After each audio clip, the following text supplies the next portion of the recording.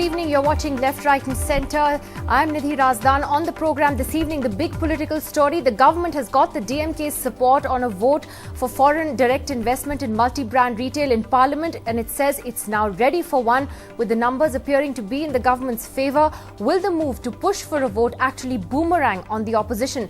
That's our big debate over the next 60 minutes. We'll get straight to the top story tonight. The government is now ready for a vote in Parliament on the FDI issue. That's after it got a shot in the arm today from its key ally, the DMK, which has 18 MPs.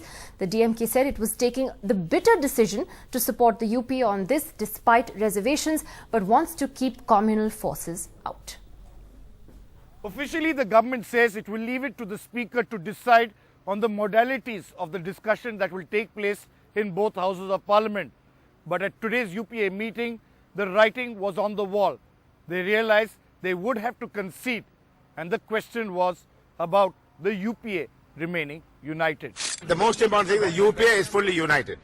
The turnaround came after the DMK chief M. Karunanidhi climbed down, saying it was a bitter decision, but they couldn't let the BJP win.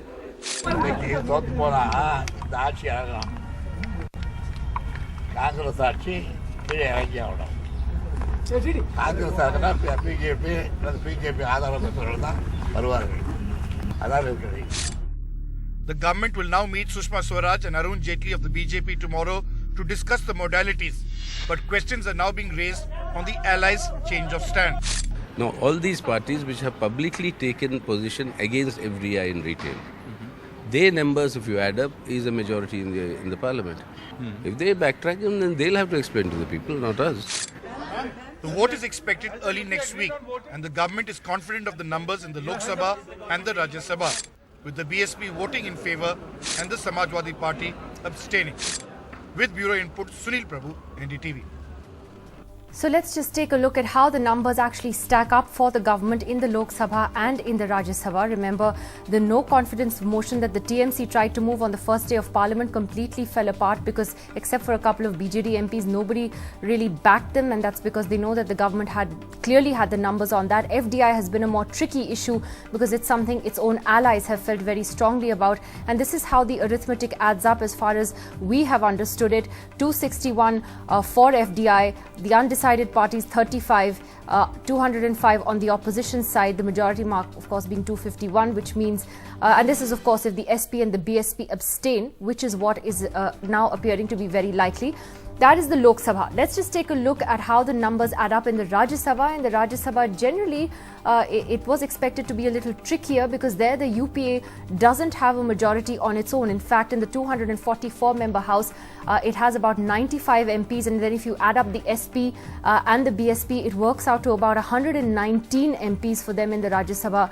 But they also have 12 nominated members in the upper house, and that really will change the arithmetic for them completely if those 12 nominated members go their way, and if the SP and BSP come on board there as well, in which case the UPA should be able to scrape through in the Rajya Sabha as well. So it seems pretty clear now that in both houses of Parliament the government would have the numbers, and that brings us to the debate on the show tonight about whether, now that the government has yielded to an FDI vote, whether this will boomerang on the opposition, which has been pushing for it.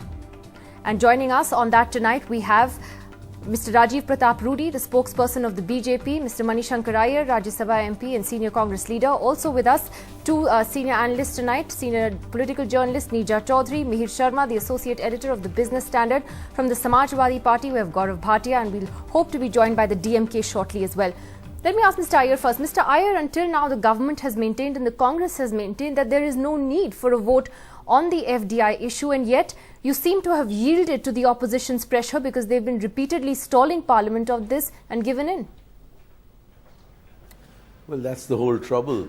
The opposition, led by the BJP, is not willing to observe parliamentary propriety, parliamentary procedures, and they have taken to disruption as a means of virtually blackmailing Parliament into only discussing what they wish to discuss, and also in the manner in which they wish to discuss it.